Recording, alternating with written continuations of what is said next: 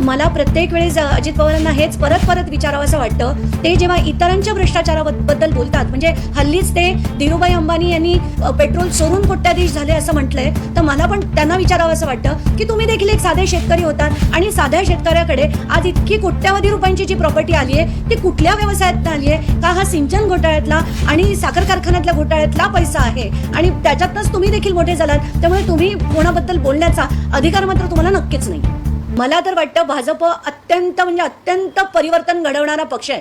म्हणजे त्यांनी इतकं परिवर्तन घडवलंय की विरोधी पक्षच संपून टाकला. विरोधी पक्षातले जेवढे भ्रष्टाचारी होते त्या खरं तर भ्रष्टाचाराविरुद्ध लढण्यासाठी आम्हाला मतदान करा असं म्हणणारा पक्ष त्याचं सुद्धा इतकं परिवर्तन झालं की सगळ्या पक्षातले सगळे भ्रष्टाचारी घेऊन आता स्वतःच्या पक्षात घेतले. अगदी आत्तापर्यंत फडणवीस स्वतः, आशिष शेलार, नितेश राणे यांनी ज्या बडगुजरांविरुद्ध अगदी आक्रोश करून अधिवेशनात बाजू मांडली होती की यांचे संबंध अगदी दाऊदशी आहेत, त्यांच्या त्या सलीम कुत्ताशी आहेत, अशा लोकांना देखील आता पक्षात घेऊन त्यांच्या पक्षातले खऱ्या कार्यकर्त्यांना बाजूला काढताना दिसत आहेत. अत्यंत परिवर्तनवादी पक्ष आहे हा, याच्यात काही शंका नाही. असं वाटतं की प्रफुल्ल पटेल यांनी जी विमान खरेदी केली आहे याच्यावर एक अत्यंत सिरियस ॲलिगेशन केलं गेलं आहे आणि ते बऱ्याचशा चांगल्या माध्यमांनी लावून धरलंय. एवढंच नाही तर त्याच्यावर एक डॉक्युमेंटरी देखील आहे की बोईंग नावाची जी कंपनी आहे त्यांनी अत्यंत म्हणजे सगळी सिक्युरिटी कन्सर्न्स बाजूला ठेवून 6 अशी विमानं आहेत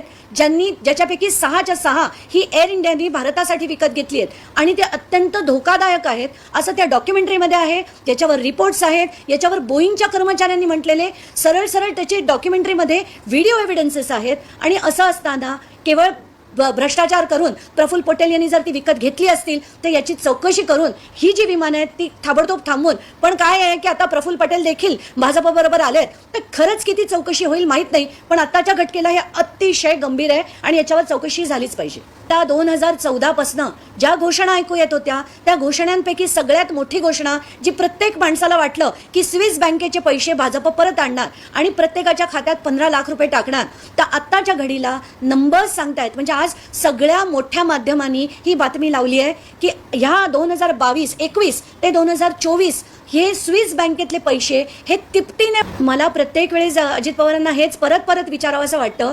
ते जेव्हा इतरांच्या भ्रष्टाचाराबद्दल बोलतात, म्हणजे हल्लीच ते धीरूभाई अंबानी यांनी पेट्रोल चोरून कोट्याधीश झाले असं म्हटलंय, तर मला पण त्यांना विचारावंसं वाटतं की तुम्ही देखील एक साधे शेतकरी होतात आणि साध्या शेतकऱ्याकडे आज इतकी कोट्यावधी रुपयांची जी प्रॉपर्टी आली आहे ती कुठल्या व्यवसायात आली आहे? का हा सिंचन घोटाळ्यातला आणि साखर कारखान्यातल्या घोटाळ्यातला पैसा आहे? आणि त्याच्यातच तुम्ही देखील मोठे झालात, त्यामुळे तुम्ही कोणाबद्दल बोलण्याचा अधिकार मात्र तुम्हाला नक्कीच नाही.